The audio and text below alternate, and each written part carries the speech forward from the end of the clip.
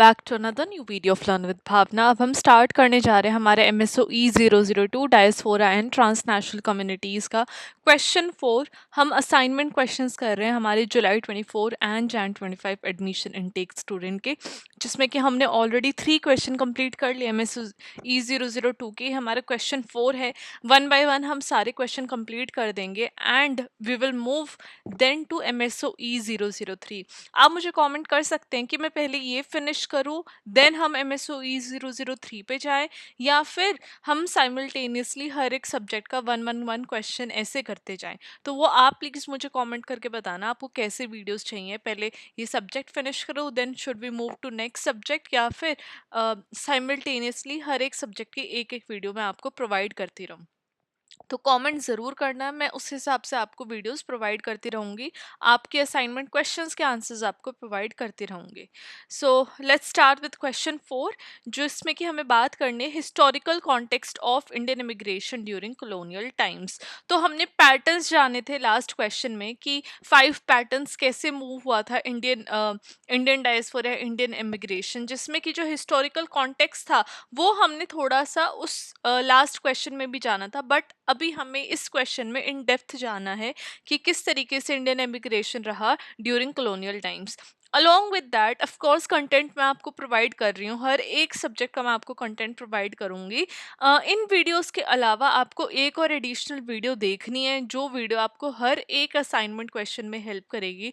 Along with that वो video आपको exam में भी बहुत हेल्प करेगी। अभी यहाँ पे देखो, राइट हैंड साइड टॉप पे आई बटन में उस वीडियो का आपको लिंक आ रहा होगा, इंपॉर्टेंट टिप्स की हेडिंग के नाम से वो वीडियो है, आपको वो वाली वीडियो ज़रूर चेकआउट करनी है। ऐसी टिप्स और ट्रिक्स आपको पता चलेंगी जिसको आप यूज़ करके अपने मार्क्स इम्प्रूव कर सकते हैं और भी बेटर आप मार्क्स गेन कर सकते हैं। So let's start with the answer without wasting any more time. So starting with the answer, जो आपका फर्स्ट पैराग्राफ रहता है वो हमेशा इंट्रोडक्शन का रहता है। इंट्रोडक्शन बेसिकली ये नहीं है कि आपको ये हिस्टोरिकल कॉन्टेक्स्ट को इंट्रोड्यूस करना है, नहीं, यही बच्चे गलती कर देते हैं। इंट्रोडक्शन बेसिकली होता है कि आप आगे आंसर में क्या क्या एक्सप्लेन करने जा रहे हो, तो एक काइंड ऑफ आगे आने वाली जो एक समरी है वो आप यहाँ पे प्रोवाइड कर देते हो। तो यहाँ पे मैंने मेंशन किया कि जो इंडियन इमिग्रेशन थी कॉलोनियल टाइम्स में, वो प्राइमरली जो ब्रिटिश एम्पिरिकल पॉलिसीज थी उसके द्वारा शेप की गई थी। मतलब कि इंडियंस का उसमें कोई भी हाथ नहीं था एमिग्रेट होने में। मेनली ब्रिटिशर्स थे जो इंडियंस को एमिग्रेट कर रहे थे, और सोशो इकोनॉमिक कंडीशंस थी इंडिया की बेसिकली, जिसकी वजह से जो हमें इमिग्रेशन है वो देखने को मिली थी। अब इस पीरियड के अंदर large number of Indians move हुए थे as labourers, soldiers, traders and professional. अगर हम सोशोलॉजिकली इस माइग्रेशन पैटर्न को देखें इंडियन इमिग्रेशन का, तो हम देख सकते हैं कि कॉलोनियल्स ने, ब्रिटिशर्स ने हमें कैसे एक्सप्लॉइट किया था, इकोनॉमिक नेसेसिटी उस टाइम पे क्या थी इंडियंस की, और कल्चरल अडेप्टेशन कैसे की इंडियंस ने उन डिफरेंट प्लेसेस पे जहाँ पे वो मूव हुए थे फॉरेन कंट्रीज के अंदर। तो फर्स्ट हमारा आएगा इंडेंजर्ड लेबर माइग्रेशन, जो 1834 से स्टार्ट हुई थी एंड अर्ली 20th सेंचुरी तक चली थी। फर्स्ट ऑफ ऑल देखो, स्लेवरी का अबॉलिशन देखने को मिला था ब्रिटिश एम्पायर के तहत 1833 के अंदर, जहाँ पे लेबर शॉर्टेज बहुत ज़्यादा हो गई थी प्लांटेशन साइट्स के अंदर, चाहे वो करेबियन हो, अफ्रीकन हो, या फिर पैसिफिक कॉलोनीज हो। तो इन लेबर शॉर्टेज को मीट करने के लिए ब्रिटिशर्स ने क्या किया, एक इंडेंजर्ड लेबर वाला सिस्टम इंट्रोड्यूस किया, जहाँ पे वो इंडियंस को लेके जाते थे उन फील्ड्स के ऊपर, चाहे वो शुगर के ऊपर काम करना हो, रबर फील्ड्स हो, टी प्लांटेशन हो। तो यहाँ पे माइग्रेशन जो प्राइमरली है वो यूपी, बिहार और तमिलनाडु स्टेट से देखने को मिली, जहाँ पे इकोनॉमिकली डिसएडवांटेज ग्रुप जो थे, जो बहुत ज़्यादा पुअर थे इकोनॉमिकली, वो लोग क्या है मूव करने लग गए आउटसाइड, बिकॉज उनको प्रॉमिस किया जा रहा था कि तुम्हें अच्छी तनख्वाह मिलेगी, वहाँ पे रहने के लिए घर मिलेगा, और तुम अपनी मर्जी से 5 years के बाद आ सकते हो। 5 years के बाद तुम्हें एक चॉइस मिलेगी whether you want to stay there या फिर you want to come to your country back. लेकिन ये सारे जो वादे थे ये बहुत झूठे निकले, उनको बहुत सारा हार्श कंडीशंस फेस करनी पड़ी एंड एक्सप्लॉइट भी किया गया। फॉर एग्जांपल, नियरली 4,50,000 इंडियंस को मॉरिशस, फिजी, त्रिनिडाद, गुयाना और साउथ अफ्रीका सेंड किया गया। उनको पुअर लिविंग कंडीशंस में रहना पड़ रहा था, रेशियल डिस्क्रिमिनेशन उनके साथ हो रही थी, बट स्टिल उन्होंने अपनी कल्चरल आइडेंटिटीज़ को मेंटेन करने की कोशिश की, जहाँ पे वो अपना रिलीजन प्रैक्टिस करते थे, फेस्टिवल्स मनाते थे और लैंग्वेज का यूज़ करते थे, जिसकी वजह से एक different vibrant significant economic dysphoric communities form होती हुई दिखी, जो कि आज भी कंटिन्यू है उन इन कल्चरल लैंडस्केप्स के अंदर, और उनका इन्फ्लुएंस आज भी देखा जा सकता है। ना सेकंड आ जाता है migration of soldiers and servants. अब कॉलोनियल पीरियड के टाइम पे जो इंडियंस थे, जिनको कि सोल्जर्स और डोमेस्टिक सर्वेंट्स की तरह रिक्रूट किया गया था, तो इंडियन सोल्जर्स ने, देखो वॉर तो लड़े उन्होंने, लेकिन उन्होंने वर्ल्ड वॉर लड़ा ब्रिटिश कमांड के अंडर, जहाँ पे एक सिग्निफिकेंट वॉर एफर्ट हमें देखने को मिला था Europe, Africa and south east Asia के अंदर। अभी जो माइग्रेशन थी वो इनवॉलेंट्रीली थी, मतलब कि वो अपनी मर्जी से नहीं गए थे, लेकिन इंडियंस को बहुत ज़्यादा एक्सपोज किया गया ग्लोबल पॉलिटिकल आइडियाज़ के सामने, जैसे नेशनलिज्म हो, सेल्फ डिटर्मिनेशन हो, जिसकी वजह से इंडियन फ्रीडम मूवमेंट भी बहुत ज़्यादा इन्फ्लुएंस होती हुई दिखी थी। For example world war one के तहत अप्रोक्सीमेटली 1.3 मिलियन इंडियन सोल्जर्स जो हैं वो ओवरसीज गए थे, उन्होंने ओवरसीज सर्व किया था। अभी जो एक्सपीरियंस था उनका, देखो उन्होंने डिस्क्रिमिनेशन भी फेस की, उनको एक्सप्लॉइट भी किया गया, जो कि एंटी कॉलोनियल सेंटिमेंट्स एक तरीके से ग्रो हो रहे थे इंडिया के अंदर। ना थर्ड आ जाता है trading communities and professional migration. अब बहुत सारे जो माइग्रेंट्स थे वो लेबरर्स थे, बट कुछ इंडियंस जो थे वो अपनी मर्जी से भी मूव हुए थे as traders, money lenders and professional. Mainly यहाँ पे गुजरातीज एंड सिंधीज देखे गए थे, जो कि ट्रेडिंग कम्युनिटीज में ज़्यादा इन्वॉल्व थे, जो कि ईस्ट अफ्रीका में मूव हुए, साउथ ईस्ट एशिया में मूव हुए, एक बिजनेस और लोकल इकोनॉमीज में उन्होंने हेल्प की कंट्रीब्यूट करने में। अभी जो माइग्रेशन थी वो कॉलोनियल ट्रेड पॉलिसीज के द्वारा ड्राइव की गई थी, जहाँ पे इकोनॉमिक अपॉर्चुनिटीज इन कम्युनिटीज को मिली, जो कि एक कॉलोनियल टाउन्स में एमर्ज हो गई थी।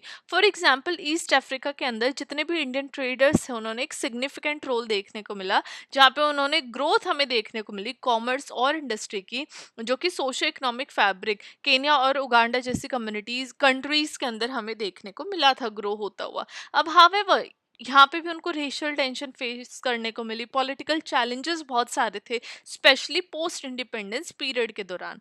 बट देन एक और जो कम्युनिटी आ जाती है वो आ जाती है माइग्रेशन फॉर इंफ्रास्ट्रक्चर डेवलपमेंट। अब जो ब्रिटिश एम्पायर था उन्होंने इंडियन लेबरर्स को एक बहुत लार्ज स्केल इंफ्रास्ट्रक्चर प्रोजेक्ट्स के तहत वो इंडियन लेबरर्स को माइग्रेट करने लग गए कंस्ट्रक्शन के लिए, जहाँ पे युगांडा रेलवे की कंस्ट्रक्शन इंडियन लेबरर्स ने काफ़ी की थी ईस्ट अफ्रीका के अंदर। यहीं पे जो माइग्रेंट्स थे वो मेनली पंजाब और गुजरात से थे, और वो बहुत ज़्यादा हार्श कंडीशंस के अंतर्गत उनसे काम भी करवाया जा रहा था। अभी जो सेटलमेंट्स थे रेलवे रूट के पास पास, बिकॉज ऑफ कोर्स जहाँ पे इंफ्रास्ट्रक्चर प्रोजेक्ट होगा लोग भी वहीं पे रहने लग जाएंगे। अभी जो रेलवे के जो रूट था वहाँ पे परमानेंट इंडियन कम्युनिटीज की फॉर्मेशन होती हुई दिखी। For example about 32,000 Indian labourers employ किए गए थे युगांडा रेलवे के कंस्ट्रक्शन के लिए बिटवीन 1896 एंड 1901, जिसकी वजह से एक इकोनॉमिक इंटीग्रेशन देखने को मिली थी ईस्ट अफ्रीका की। लेकिन एक रेशियल डिफरेंसेस भी हमें देखने को मिले थे इंडियंस के टूवर्ड्स, जहाँ पे इंडियंस ने एक इंटरमीडियरी इकोनॉमिक रोल्स वहाँ पे अपना लिए थे यूरोपियंस और अफ्रीकन्स के बीच में। तो जो इंडियंस थे वो इन दोनों के बीच में लाई कर रहे थे। ना फिफ्थ आ जाएगा sociological impact and cultural adaptation. अब देखो कॉलोनियल टाइम्स में जो माइग्रेशन हुई थी उसकी वजह से एक इंडियन कम्युनिटी बहुत ज़्यादा वास्ट बन गई थी, Indians all over the world फैल गए थे, जो कि कल्चरल हाइब्रिडिटी को शो करता है, सोशल स्ट्रैटिफिकेशन को शो करता है, मतलब कि वो अपना अपने कल्चर के साथ साथ जिस कंट्रीज में मूव हो रहे थे उनके कल्चर को भी अपना रहे थे। तो ये कल्चरल हाइब्रिडिटी दिखाता है। और सोशली मतलब कि एक स्ट्रैटिफिकेशन इंडियंस का एक ग्रुप हमें देखने को मिला था और ऑल ओवर द वर्ल्ड, जहाँ पे वो हर एक कंट्री के अंदर छोटे छोटे छोटे छोटे जो इंडियंस के ग्रुप्स हैं वो बनते हुए नजर आए थे ना। इंडियंस ने अपना कल्चर मेंटेन किया, जहाँ पे वो अपना रिलीजन फॉलो कर रहे थे, लैंग्वेज यूज़ कर रहे थे, और सोशल प्रैक्टिसेस भी वो अपनी लेके आ रहे थे डेली लाइफ के अंदर, जिसकी वजह से एक सिंक्रेटिक कल्चर बन गया था होस्ट कंट्रीज के अंदर। हावेवर उन्होंने रेशियल डिस्क्रिमिनेशन भी बहुत ज़्यादा फेस की थी, जहाँ पे उनको पोजीशन कर दिया था एक मिडिल मैन माइनॉरिटी की तरह, जो कि कॉलोनियल रूलर्स और इंडिजीनियस पॉपुलेशन के बीच में वो स्टैंड कर रहे थे। फॉर एग्जाम्पल साउथ अफ्रीका के अंदर जितने भी इंडियन माइग्रेंट्स थे, उन्होंने अपनी कल्चरल आइडेंटिटी को प्रिजर्व किया और लोकल कस्टम्स को भी वो फॉलो कर रहे थे, जिसकी वजह से एक मल्टी कल्चरल सोसाइटी आज के टाइम पे भी देखी जा सकती है। महात्मा गांधी जैसे जो लीडर्स थे वो एमर्ज हुए थे इस डायस्पोरा के तहत, और उन्होंने ग्लोबल पॉलिटिकल मूवमेंट्स को इन्फ्लुएंस किया था। At the end we would conclude our answer. Conclusion as I always mention कि बहुत ज़्यादा ज़रूरी होता है, विदाउट कंक्लूजन आपको अपना कोई भी आंसर एंड नहीं करना है। तो यहाँ मैंने मेंशन किया कि जो इंडियन इमिग्रेशन थी कॉलोनियल टाइम्स के टाइम पे, वो economic exploitation, because of course लोग लोग बहुत ज़्यादा भुखमरी के भी शिकार हो रहे थे, उनके पास पैसे नहीं थे खाने को भी, so that's why they were moving to different places, different countries, because उनके साथ वादे भी बहुत बड़े बड़े किए जा रहे थे। पॉलिटिकली एक फोर्स देखा जा रहा था ब्रिटिशर्स का इंडियन के ऊपर, और कल्चरल अडेप्टेशन विद टाइम एक देखने को मिली थी इंडियंस की, जिसकी वजह से एक बहुत diverse different diasporic communities create हो गई थी इंडियंस की ऑल ओवर द वर्ल्ड, जिसने कि social structures as well as cultural identities को इन्फ्लुएंस किया था इंडियंस की, बोथ होस्ट कंट्रीज के अंदर भी एंड इंडिया के अंदर भी। अब ये जो हिस्टोरिकल कॉन्टेक्स्ट है, ये जानना इसलिए ज़रूरी है कि जो कॉलोनियलिज्म की लेगेसी है, वो के वो किस तरीके से उसने लोगों को माइग्रेट करने की कोशिश की, इंडियंस को माइग्रेट किया, लोगों ने कैसे अपने कल्चर को बचाए रखा, और सोशो इकोनॉमिक डायनामिक्स क्या रहे थे इंडियंस के, डायस्पोरा के, एंड आज के टाइम पे जो डायस्पोरा है वो कैसे देखा जा सकता है। तो ये हमारा आंसर था, जहाँ पे हमने हिस्टोरिकल कॉन्टेक्स्ट देखा इंडियन डायस्पोरा का during the colonial times. Of course वो कॉलोनियल टाइम्स में जो एक्सलरेशन है, जो स्पीड है माइग्रेशन के इंडियंस की, वो बहुत ज़्यादा एक स्पीड पेस पे हमें देखने को मिली थी। एंड ऑफ कोर्स जो हमने सारी जो बातें की, वो इस चीज़ को एक्सप्लेन करता है कि how the Indian diaspora has been moved to all over the world during the colonial times. So let me know कि आपको ये क्वेश्चन कैसा लगा, how do you like the explanation, वो भी आप मुझे कमेंट करना, अलॉन्ग विद द क्वेश्चन जो मैंने आपको स्टार्टिंग में पूछा था कि MSOE 002 पहले फिनिश करें then we move to next subject,